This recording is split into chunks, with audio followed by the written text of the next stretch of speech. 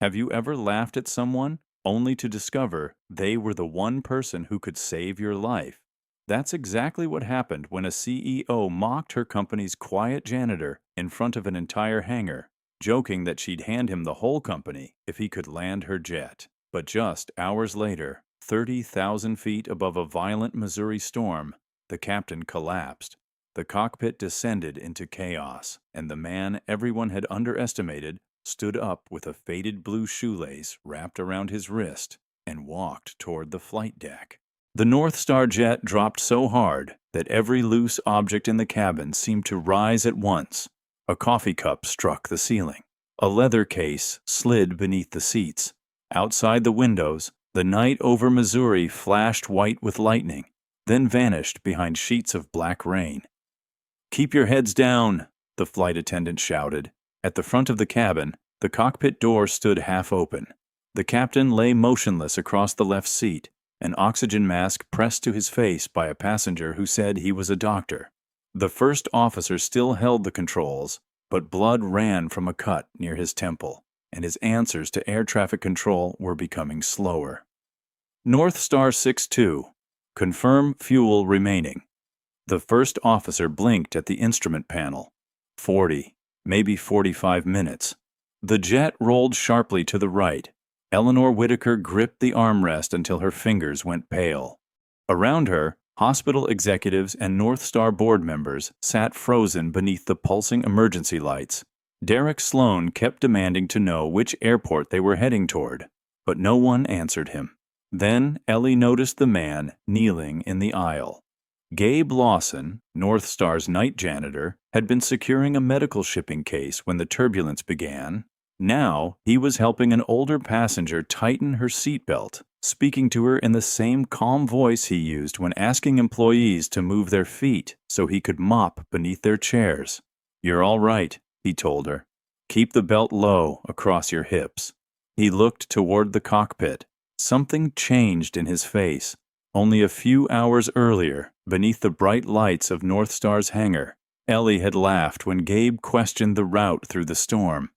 Surrounded by directors and hospital representatives, she had pointed toward the jet and said, "If you can land it better than my pilots, I'll give you my company." The people around her had laughed because she had. Gabe had not. Now the first officer's voice came through the open cockpit door. "I can't feel my left hand." The doctor looked back at the cabin. "He may lose consciousness." Derek stood. "Someone contact the manufacturer. Get another pilot on the radio." "They already have one," Gabe said. The words were quiet, but the entire cabin heard them. Ellie stared at him. His navy work shirt still carried a faint streak of cleaning solution near the pocket. A plastic employee badge hung from his belt. Nothing about him belonged near the controls of a jet moving through a storm. Gabe reached beneath his sleeve and untied a faded blue shoelace from his wrist. 2 small knots had been pulled tight into the fabric. He wrapped the lace once around his right index finger. "Mr. Lawson," Ellie said, "what are you doing?" He did not look at her. He stepped over a fallen briefcase and stopped at the cockpit entrance. For 1 second, his hand remained on the door frame, as if something beyond that narrow doorway frightened him more than the storm. Then he looked at the first officer. "How much usable fuel is left?" 42 minutes. "Nearest runway long enough for this aircraft?" "Jefferson Field, but the crosswind, I heard it." Gabe entered the cockpit. Ellie rose halfway from her seat. "You never said you could fly." He glanced back only once. "You never asked." Then the cockpit door closed behind the janitor, leaving everyone in the cabin with the same impossible question. What was Gabe Lawson about to do? 36 hours earlier, there had been no storm. The morning sun spilled across a quiet street on the south side of Wichita, painting the old duplex in soft gold. Gabe stood in the tiny kitchen, flipping pancakes with one hand, while reading the school lunch calendar taped to the refrigerator with the other. "Dad," Lily called from the hallway, "you burned one." He smiled without looking up. "I call that one extra crispy." His 10-year-old daughter laughed as she walked into the kitchen wearing a backpack almost too big for her shoulders. She stole the least burned pancake from the plate before he could stop her. "You always take mine. You always make too many." That had become their morning tradition. The kitchen wasn't much to look at. The cabinets had been painted over so many times that the corners were beginning to peel. The coffee maker rattled every morning before finally agreeing to work. Outside the window sat Gabe's 14-year-old Honda, leaning slightly because one tire never seemed to hold air for long. He noticed the rent increase notice still lying on the counter. He quietly folded it in half before Lily could read it. "You ready for your science presentation next week?" he asked. She nodded eagerly. "I think so. Mrs. Collins said if my airplane wing works, I might get picked for the district showcase." "I know it will. You didn't even see it yet." "I've seen your determination." She grinned. That sounded better than any answer about homework. As Lily reached for her jacket, she noticed the faded blue shoelace wrapped around her father's wrist. The 2 knots had faded over the years, but they were still there. "You still wear it," she said softly. "I told you I would." She stepped closer and gently touched the first knot. "This one means you have to go." Then she touched the second. "And this one means you come home." "That's right." You never forgot. Not once. For just a second, neither of them spoke. Ever since Aaron had died 6 years earlier, the little piece of blue shoelace had become something more than string. It was a promise. Gabe glanced at the clock. If he didn't leave soon, he'd miss the school drop-off before heading home to sleep for a few hours ahead of his afternoon shift at North Star Air Response. His schedule wasn't easy. He worked evenings so he could make breakfast every morning, drive Lily to school, help with homework before work, and still afford health insurance. It wasn't the life he once imagined, but it was the one he had chosen. Outside, the Honda coughed twice before finally starting. Lily climbed in and frowned when warm air never came through the vents. "Still broken?" "Still thinking about fixing it." She gave him a suspicious look. "You've been thinking about it for months." He laughed. "Some repairs have to wait." What he didn't say was that every spare dollar already belonged somewhere else. Higher rent, school supplies, groceries, unexpected bills. His own needs always landed at the bottom of the list. As they pulled into the elementary school parking lot, Lily hesitated before opening the door. "Dad?" "Yeah?" "Sometimes I feel like you're hiding something." His hands tightened around the steering wheel. "What makes you say that?" "You know things other dads don't." He forced a small smile. "I've just been around a while." She studied him for another moment, unconvinced. "Okay." She climbed out, then turned back. "Don't forget." She pointed toward the blue shoelace. "The second knot." "I won't." He watched until she disappeared inside the school. Only then did the smile leave his face. On the passenger seat sat an unopened envelope from the landlord. Beneath it rested a worn leather key ring attached to the truck keys. Neither worried him as much as the question Lily had just asked, because she was getting old enough to notice there were entire chapters of her father's life he had never told her. And sooner or later, she would start looking for the answers herself. By 2 o'clock that afternoon, Gabe had traded the quiet streets of Wichita for the polished concrete floors of North Star Air Response. The company's headquarters sat beside a private runway where sleek medical jets came and went at every hour. Ambulances rolled through one gate, catering trucks through another, while mechanics disappeared beneath aircraft with flashlights tucked into their belts. Gabe pushed his cleaning cart through Hangar 3, greeting everyone the same way. "Afternoon, Mike." "Hey, Carla." "Watch your step, Caleb. Soap's still wet." Most people smiled back. Some barely noticed him. That was all right. He had learned long ago that invisible people often saw the most. Near the maintenance bay, a baggage cart refused to move. One wheel had locked itself sideways. A ramp worker kicked it twice. "Forget it," he muttered. We'll get another one. Gabe crouched beside the wheel, pulled a small screwdriver from his pocket, tightened one loose bolt, and spun the caster once with his hand. There you go. The worker blinked. How'd you know that? It was talking. The young man laughed.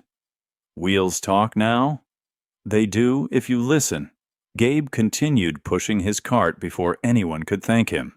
A few minutes later, he stopped outside Conference Room B.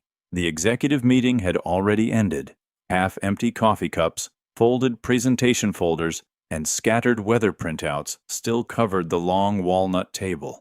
He began wiping fingerprints from the glass.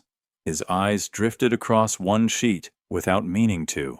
A flight route. Departure from Wichita. Destination: St. Louis. Expected weather overlays. His hand froze. A narrow band of developing wind shear had shifted farther east than the printed briefing suggested. The movement wasn't dramatic, but if the afternoon forecasts continued trending the same direction, tomorrow morning's demonstration flight would pass directly through unstable air. He reached for a pencil lying beside a notebook. Without writing a single word, he drew one small circle around the weather band. Then he sketched another route farther west, barely noticeable, just enough to make someone look twice. He left the paper exactly where he had found it. As he turned to leave, the conference room door opened. Derek Sloan stood there. The operations director glanced at the weather sheet, then at Gabe. "What is this?" Gabe answered honestly. "I thought someone might want another look." Derek picked up the page. "You thought?" "I've seen weather systems move like that before." "And your job title is?" Gabe didn't answer immediately. He looked down at the mop still resting in his hand. "Janitorial." "Exactly." Derek erased the pencil marks with the side of his thumb. "Our dispatch team has certified meteorologists, licensed pilots, and software that updates every 5 minutes." "I understand." "So, next time," he handed the paper back, "clean the room." Several supervisors walking past the doorway heard enough to glance inside. One gave Gabe an awkward smile. Another quietly looked away. No one defended him. Gabe simply nodded. Understood. He wheeled his cart into the hallway as if nothing had happened. Behind him, Derek dropped the weather briefing into a folder and closed it. By the end of the shift, a message had already reached Gabe's supervisor. The janitor was becoming too comfortable offering opinions outside his job description.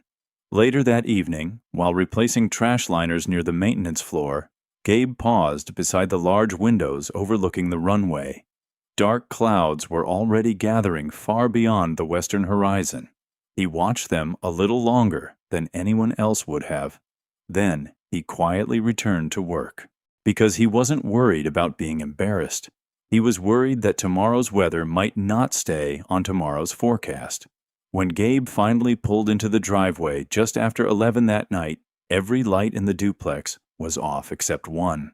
The small lamp in Lily's bedroom still glowed beneath the curtains. He smiled to himself. She had fallen asleep reading again. Inside, the house was quiet, except for the low hum of the refrigerator. Gabe slipped off his work boots so they wouldn't squeak against the worn hardwood floor. A science project covered half the kitchen table: cardboard, glue sticks, construction paper, and 2 unfinished paper airplane wings balanced on plastic straws. He gently picked one up.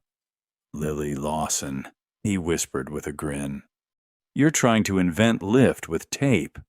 He reached for a pencil and, almost without thinking, adjusted the angle of one wing by less than half an inch.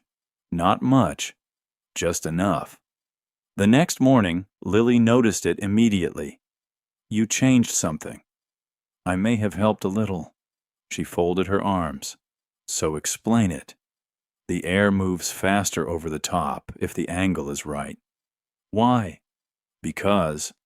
He stopped himself. Old habits were dangerous, but Lily was waiting. "Because if you force the nose too high, the airflow breaks away. That's called a stall." Her eyes widened. Mrs. Collins never said that. She will eventually. You sound like you've actually flown one. Gabe laughed too quickly. I've watched enough documentaries. She wasn't convinced. Not even close. That afternoon, after school, Lily searched the hall closet for extra poster board. Behind an old winter blanket sat a faded canvas flight bag she had never noticed before. It wasn't new. The zipper had been repaired twice.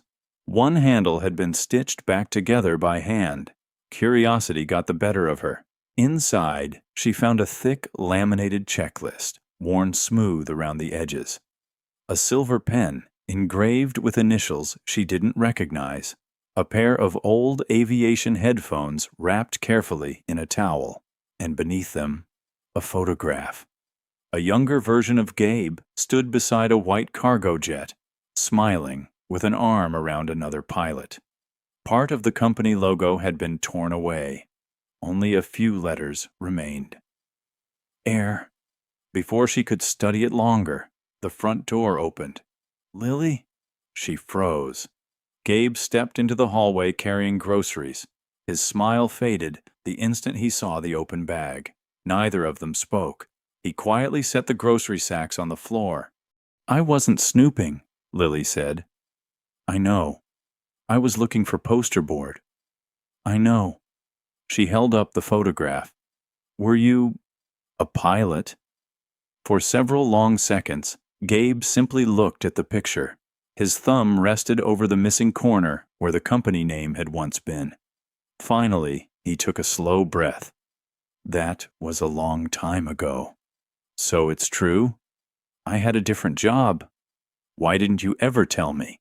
He carefully folded the photograph back into the bag.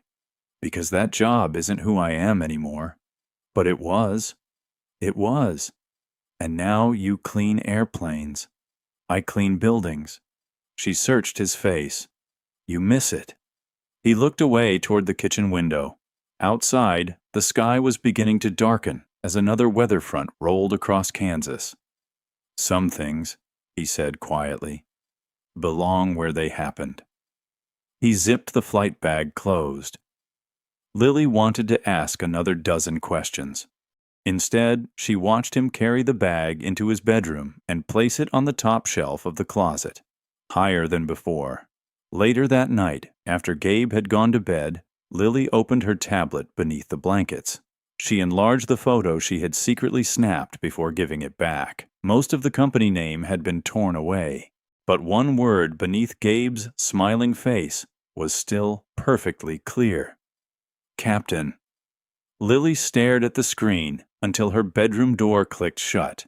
She quickly locked the tablet and slid it beneath her pillow. If her father had really been a captain, why was he pushing a mop through office hallways? The question followed her into sleep. The next afternoon, Gabe arrived at North Star a little earlier than usual.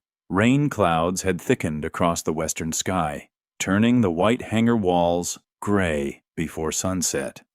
Inside Maintenance Bay 2, technicians worked around the demonstration jet scheduled to leave the following morning. Hydraulic carts hummed, power units whined. Someone tested cabin lights one row at a time.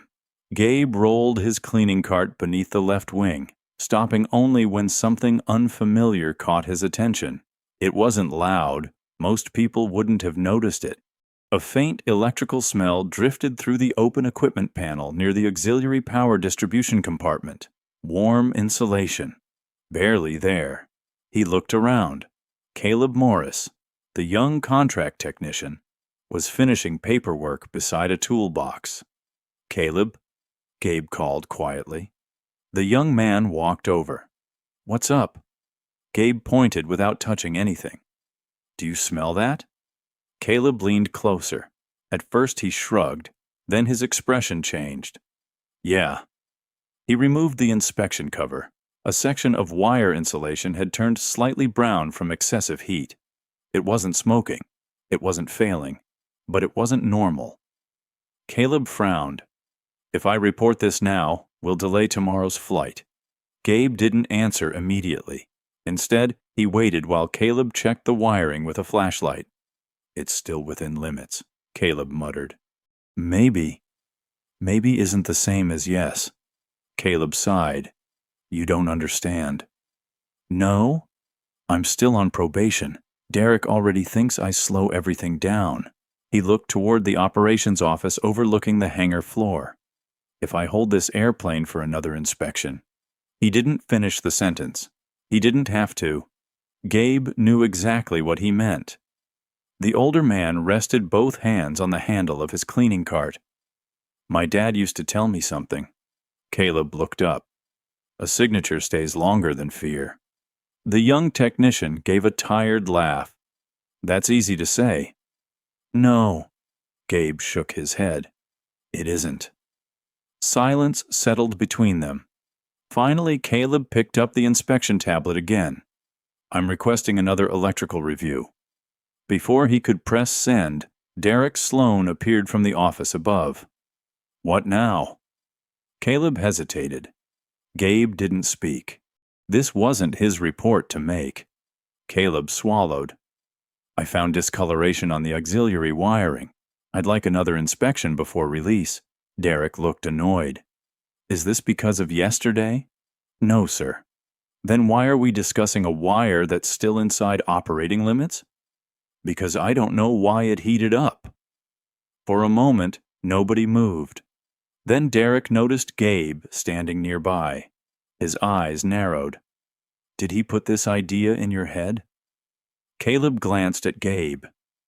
"He reminded me that if I'm signing the release, it has to be my decision." Derek exhaled sharply. "Fine." He turned toward another mechanic.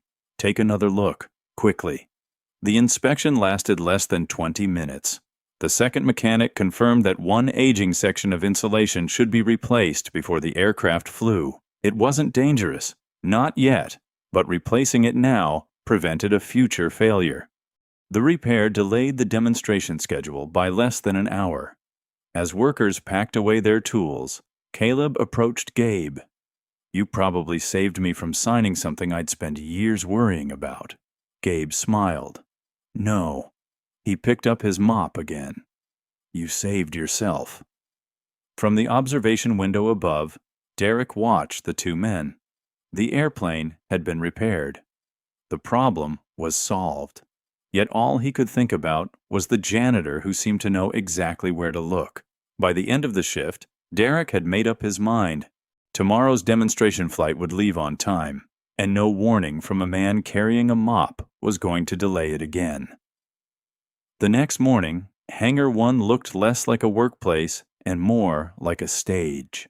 The polished white jet reflected rows of overhead lights. Hospital administrators stood beside display tables covered with brochures describing North Star's emergency medical transport network. Members of the board shook hands with investors, while photographers adjusted their camera angles. Everything had been arranged to project confidence. Everything except the weather. Gabe paused near the open hangar door as a gust of cool wind swept inside. He looked toward the western horizon. The cloud tops had climbed higher overnight, and the gray line he had circled on the weather briefing had thickened into something darker. He didn't need a radar screen to know the atmosphere was changing. Across the hangar, Ellie Whitaker greeted guests with practiced confidence. She had barely slept, but no one could tell. Her blazer was spotless, her smile measured, her attention divided between investors, hospital executives, and the demonstration flight that was supposed to secure another long-term medical transport contract. Derek Sloan approached her carrying a tablet. "Everything's ready." "No delays?" "None." Ellie nodded. "Good." As mechanics rolled the boarding stairs into place, Gabe noticed the flight crew reviewing the departure route one last time. He hesitated, then he walked toward them. "Excuse me." The captain looked up politely. "Yes?"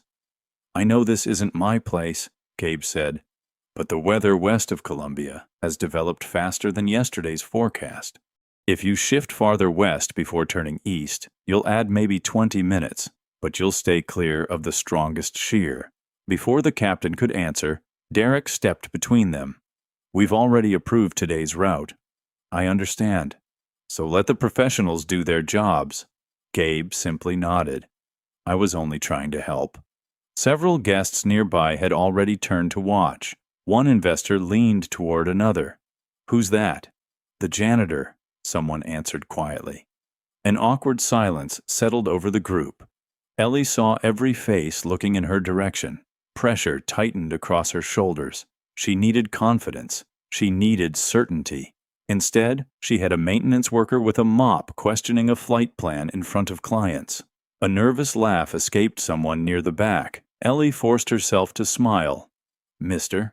Lawson, she said loudly enough for everyone to hear, if you think you can do better. She pointed toward the gleaming jet. Land that airplane better than my pilots, and I'll give you my company. The crowd laughed, some genuinely amused, others simply following the CEO's lead. Only Gabe remained silent. He looked at the aircraft, then back at Ellie. His expression held no anger, only disappointment. You shouldn't ask people to risk proving they're right, he said quietly. You should ask whether they're trying to keep someone safe.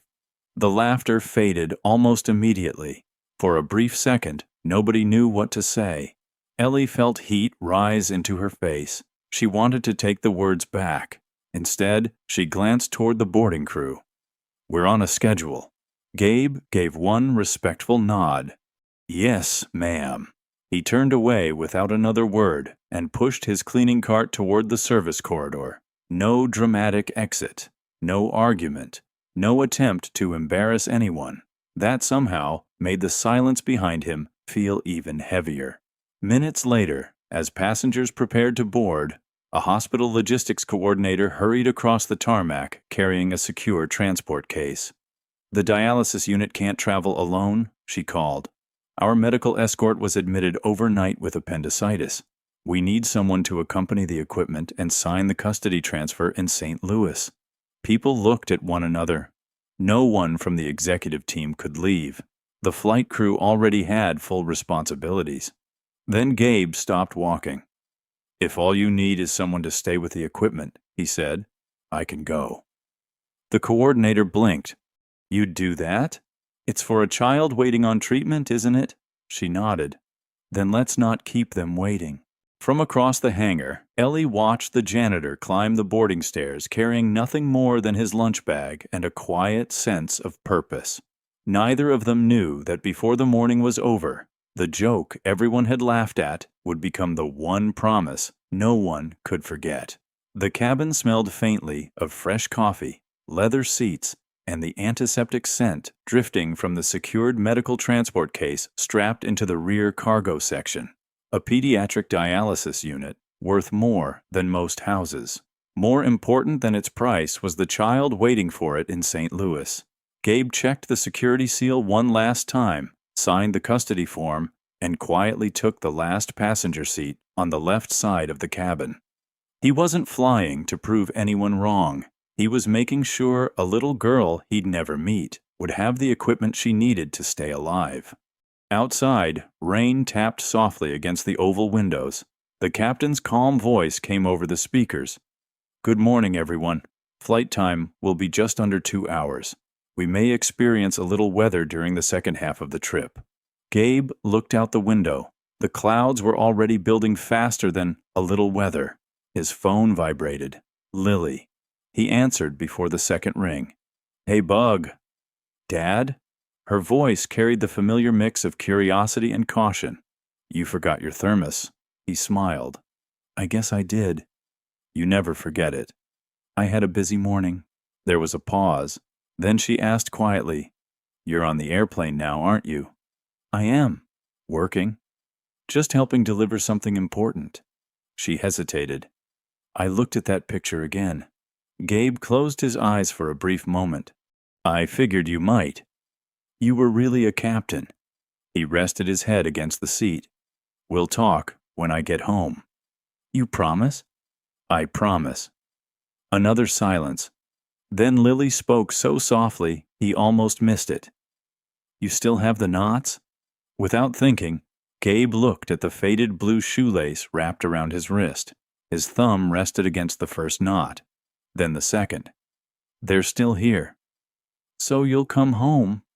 "I always try." "You said always." He smiled, even though she couldn't see it. "I'll see you tonight." "I love you." "I love you more." The line disconnected just as the cabin door sealed shut. Gabe slipped the phone into his pocket and gently tightened the blue lace around his wrist. Across the aisle, an elderly passenger noticed the gesture. "Good luck, Charm?" she asked. He looked at the knots for another second. "No." "A promise." The engines began to spool up. Outside, ground crews removed the wheel chocks and signaled the cockpit. The aircraft slowly rolled toward the runway. From the terminal windows, Ellie watched the jet begin its taxi. For reasons she couldn't explain, Gabe's final words in the hangar kept returning to her. "You should ask whether they're trying to keep someone safe." She shook the thought away. There was too much work waiting back at the office. Inside the cabin, the first drops of heavier rain streaked across the windows as the jet lined up for departure. The engines surged. The runway blurred beneath them. Seconds later, the aircraft lifted cleanly into the gray Kansas sky.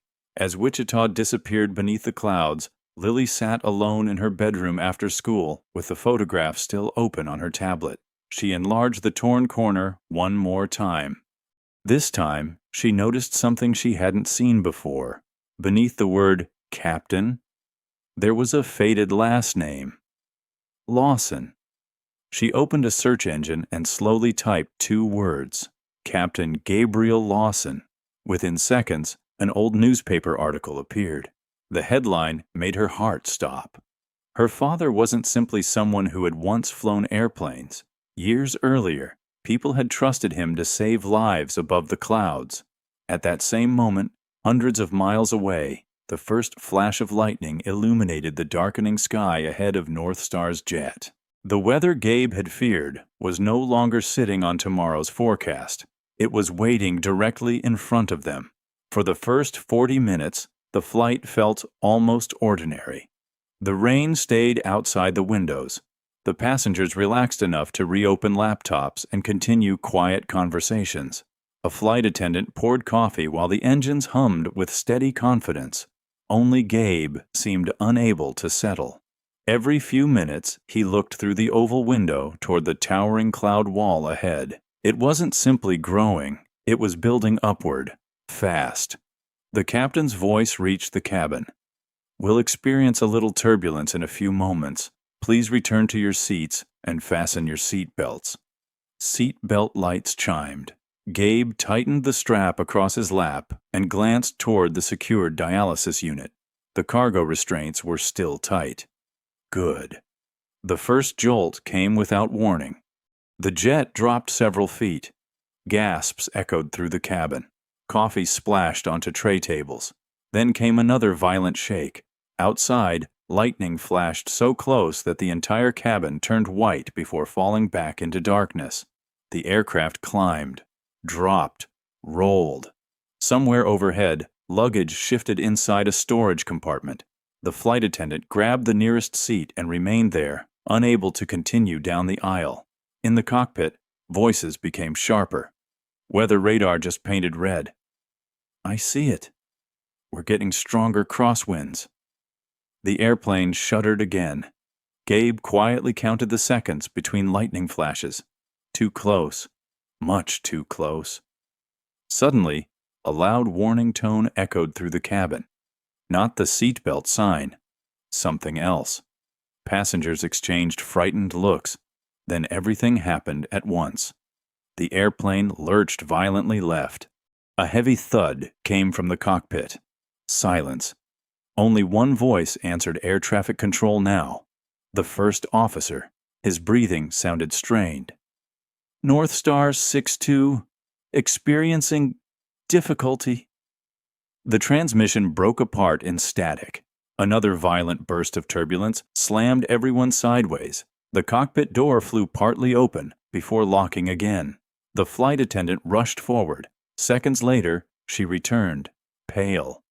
"The captain's down." Nobody moved. Nobody spoke. A physician seated near the front immediately unbuckled. "I'm a cardiologist." He disappeared into the cockpit.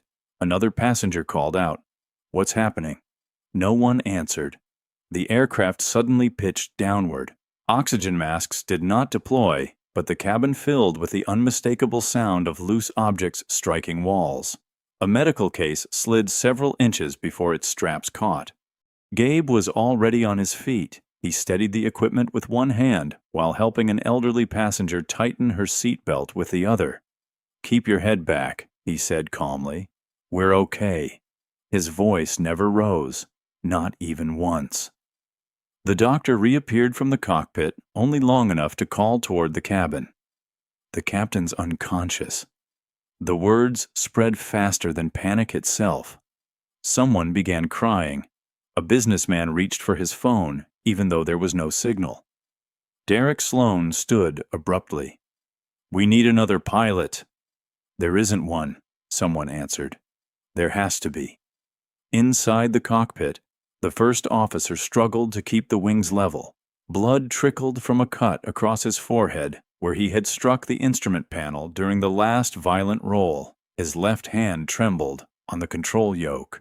The aircraft drifted farther off course. The warning alarms continued. Then the cockpit door opened once more. The first officer looked toward the cabin.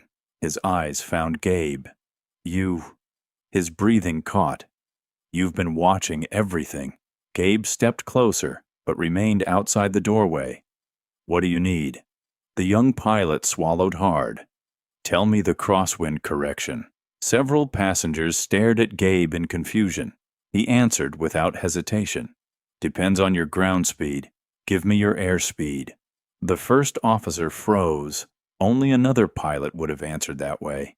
Even Derek stopped talking. The young officer looked directly into Gabe's eyes. His next question barely rose above a whisper. "Have you ever flown this airplane?" The entire cabin waited for the answer.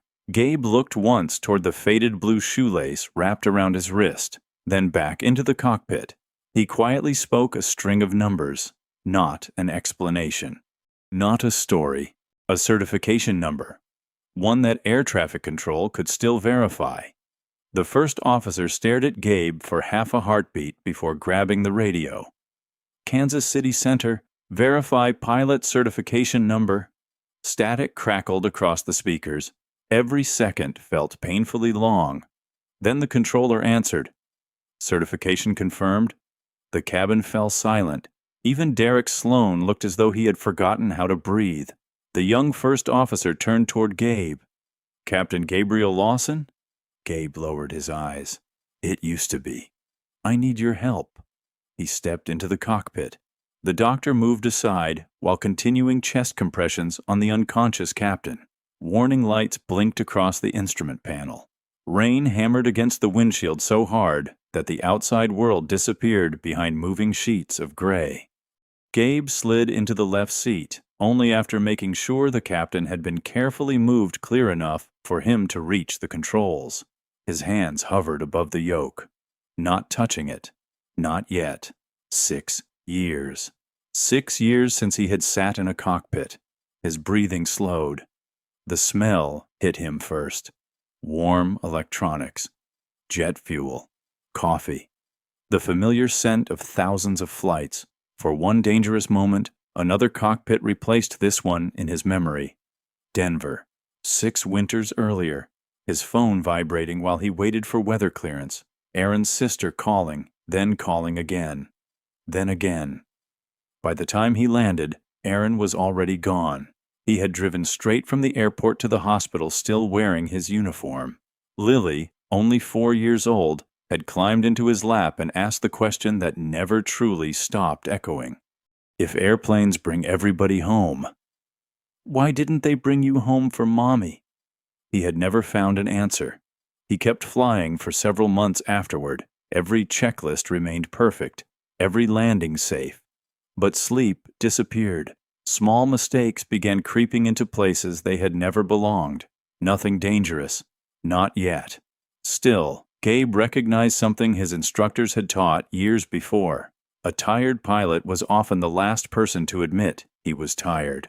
Before that could become someone else's tragedy, he resigned, not because he had forgotten how to fly, because he no longer trusted the man making decisions inside the cockpit. The first officer interrupted the memory. "Captain." Gabe looked up immediately. "My name's Evan." "Gabe." "We're drifting." "I know." He studied the instruments with calm, practiced eyes. Altitude, fuel, crosswind, engine performance. Everything came back faster than he expected. Not perfectly, but enough. Fuel. 42 minutes. Nearest suitable runway? Jefferson Field. The crosswind? 31 knots and increasing. Too much. Gabe looked at the navigation display. There another option? The regional airport 26 miles south. No autoland. I know. The younger pilot swallowed. What do we do? Gabe rested one hand on the control yoke. Outside, lightning flashed again. His thumb brushed the faded blue shoelace wrapped around his wrist. 2 knots. One for leaving, one for coming home. For years he had believed stepping away from aviation was the only promise he could keep to Lily. Now another promise stood in front of him. More than 20 lives behind the cockpit door, including his own. He finally wrapped both hands around the controls, not with confidence, with responsibility. He looked at Evan. "We're going to fly this airplane." Then he added quietly, "And we're going to do it the right way." Ahead of them, the weather continued closing around the jet. Behind them, 23 passengers waited without knowing that the man now holding the controls had once walked away from the sky because he believed he no longer deserved to be there. Gabe's voice stayed calm. "Evan, you keep talking to center. I'll fly." The young first officer nodded without hesitation. Kansas City Center, North Star 62, has an incapacitated captain, former certified captain assisting at the controls. The controller answered immediately. "North Star 62, emergency acknowledged. Jefferson Field is available." Evan looked at Gabe. "They've cleared the runway." Gabe studied the weather display. The crosswind indicator climbed again. 33 knots. Rain blurred the windshield until the runway lights would be almost invisible. "Ask for the latest wind." The controller read the numbers. Gabe listened without interrupting. When the transmission ended, he shook his head. "We're not taking the first approach." Evan stared at him. "We're getting low on fuel." "I know. We may not get another chance." Gabe tightened his grip on the yoke. "We don't get to call a bad landing a good decision just because we're nervous." The aircraft broke through another wave of turbulence. In the cabin, Ellie could hear every word through the partially open cockpit door. Derek couldn't stay quiet any longer. "We have to put it down now," he shouted. "We're almost there." Without turning around, Gabe answered, "No." The single word carried no anger, only certainty. He pressed the transmit switch. "Center, North Star 62 is going around." The controller hesitated for only a fraction of a second. "Roger. North Star 62, cleared to climb." The engines roared.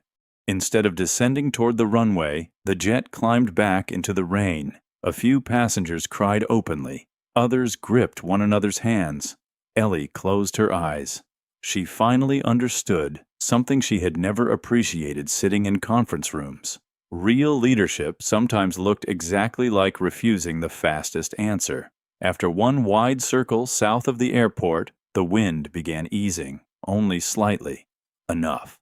Ground control connected Gabe with an experienced Czech airman monitoring the emergency from the operations center. "Captain Lawson," the voice crackled. "Gabe's fine." "You haven't flown this avionics package before?" "No." "I'll talk you through what changed." For the next several minutes, neither man wasted a word. No speeches, no panic, just headings, speeds, checklists, call-outs. When the runway lights finally appeared through the rain, Gabe saw them drifting left. Too much crosswind, he corrected gently. Not fighting the airplane, working with it. 500, Evan called. Stable. 300. The runway rushed closer. One last gust shoved the nose sideways. Gabe waited. Not yet. Not yet. Now. He eased the controls into the wind. The main landing gear struck first with a heavy thump that echoed through the cabin. The airplane bounced once. Every passenger held their breath. Gabe resisted the instinct to overcorrect. He let the jet settle naturally. The nose wheel touched down. Reverse thrust roared. Spray exploded behind them as the aircraft slowed. 80 knots. 60. 40. Finally, the jet rolled to a complete stop while flashing emergency vehicles surrounded it from every direction. For several seconds, nobody moved. Nobody spoke. Only the sound of rain hitting the fuselage remained. Evan slowly leaned back in his seat. We made it. Gabe released the controls. His hands were trembling for the first time since entering the cockpit. He looked through the rain-covered windshield without smiling. Then he asked the question no one in the cockpit expected. Has somebody called my daughter? Behind him, Ellie lowered her head. At that moment, she understood the difference between a man chasing recognition and a father whose first thought, after saving 23 lives, was keeping one little girl from spending another hour wondering whether her dad was coming home. Ellie borrowed a paramedic's phone before anyone could stop her. Can someone contact Lily Lawson in Wichita? She asked. Tell her father is safe. It was the first decision she had made all day that wasn't about protecting North Star. Outside, emergency crews surrounded the aircraft while doctors transferred the captain to an ambulance. Evan stepped down the stairs with a bandage wrapped around his forehead, pausing only long enough to shake Gabe's hand. I couldn't have done it without you. Gabe shook his head. You got us here together. Within an hour, news helicopters circled above the airport. By evening, every major network had the same headline. Janitor lands disabled medical jet. Reporters called him a hero. Social media called it a miracle. North Star's communications team called it an opportunity. The following morning, Ellie walked into the executive conference room to find television screens already replaying the emergency landing. The communications director pointed to a prepared statement. We put Gabe beside you for a press conference. America loves redemption stories. Another executive nodded. The janitor saves the company. The CEO thanks him. Investors will eat it up. Ellie looked at the folder without touching it. For the first time in years, she noticed how quickly everyone around the table searched for the version of the truth that looked best instead of the one that mattered most. No, she said. The room fell quiet. We tell people exactly what happened. An hour later, cameras filled the briefing room. Flashes exploded as Gabe walked onto the stage wearing the same Navy work shirt he had worn on the airplane. He had refused every offer to borrow a pilot's uniform. He wasn't pretending to be someone else. A reporter spoke first. Mr. Lawson, how does it feel to go from janitor to national hero overnight? Gabe leaned toward the microphone. I'd rather answer a different question. The room grew still. Ask why several people warned about weather concerns before that flight. No one moved. He continued. Ask why a young technician almost felt pressured to sign paperwork he wasn't completely comfortable signing.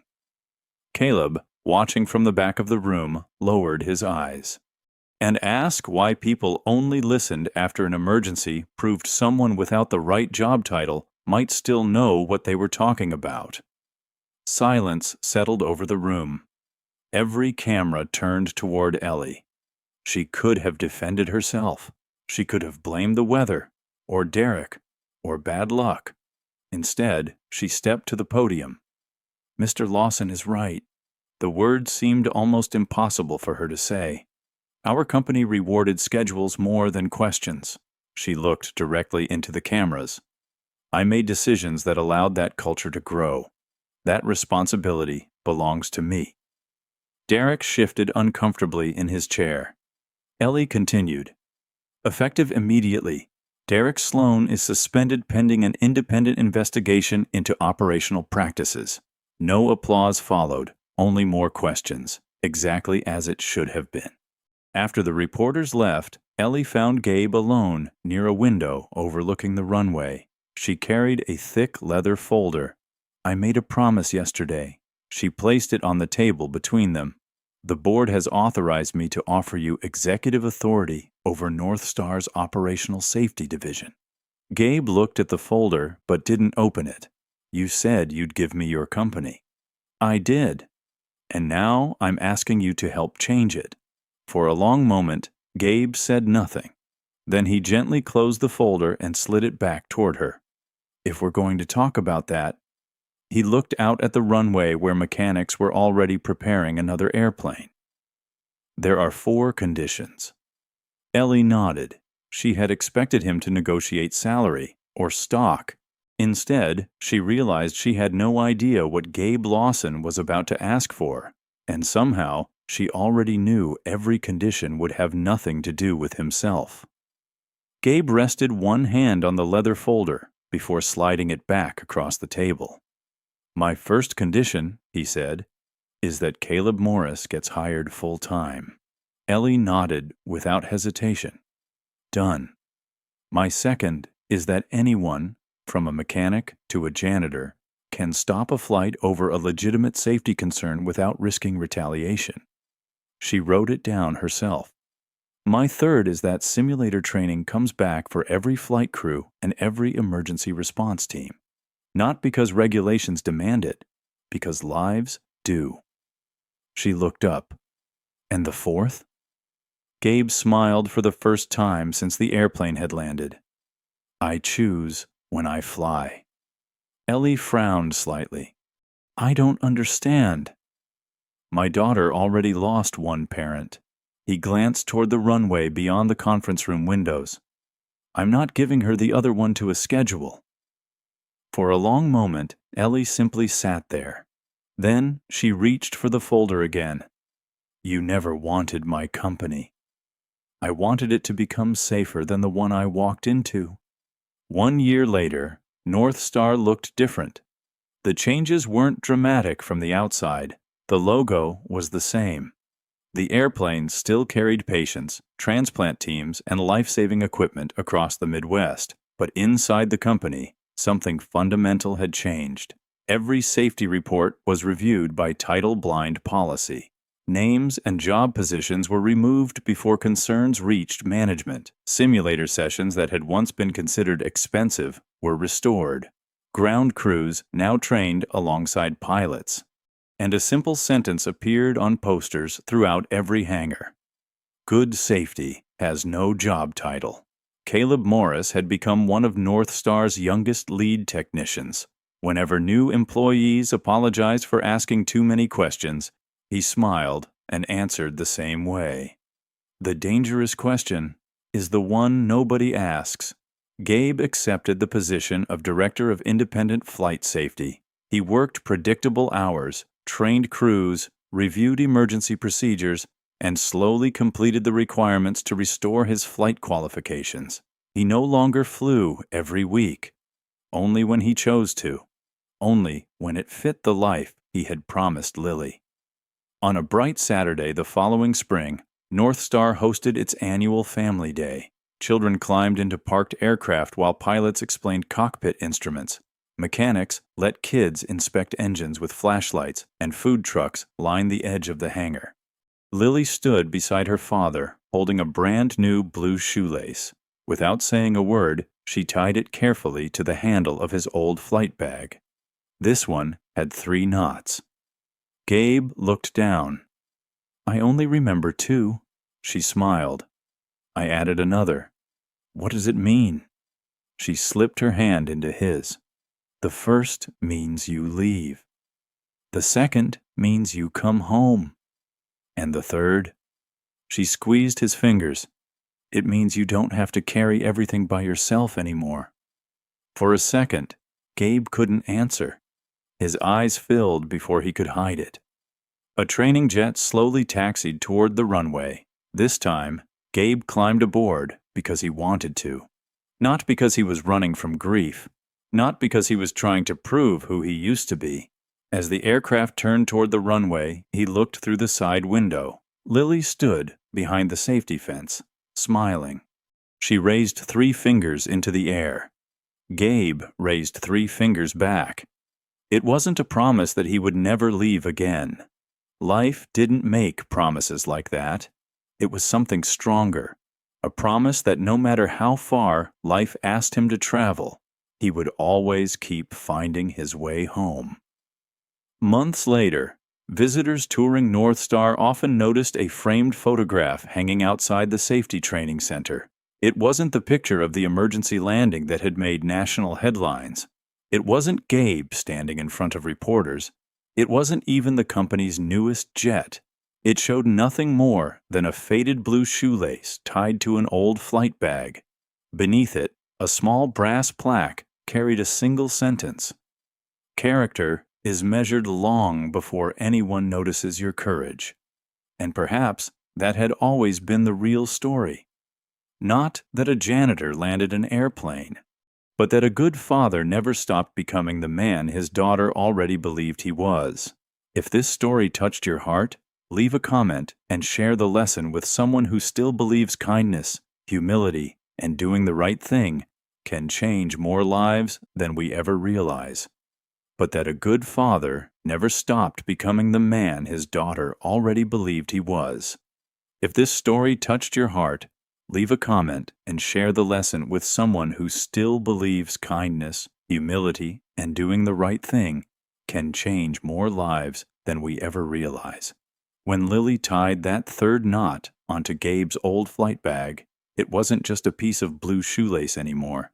It became proof that the greatest victories in life aren't the ones that make the headlines. They're the ones that bring us safely back to the people waiting for us at home. This story reminds us that the real cost of judging someone too quickly isn't just hurting their feelings.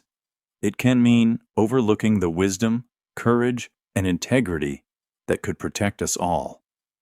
Every title can be earned, but character is revealed long before anyone notices it. Today, take one extra moment to truly listen to someone whose voice is usually overlooked. The next time you're tempted to dismiss someone's opinion, remember what Gabe saw long before anyone else did, and how one honest warning ended up saving 23 lives. If this story meant something to you, comment 1 below. I'd also love to know, have you ever discovered that someone you underestimated had an incredible story you never expected? Share it in the comments, and let's read each other's experiences. And if you enjoyed this journey, stay with us, because our next story begins with another ordinary person whose quiet choice changes far more lives than anyone could imagine.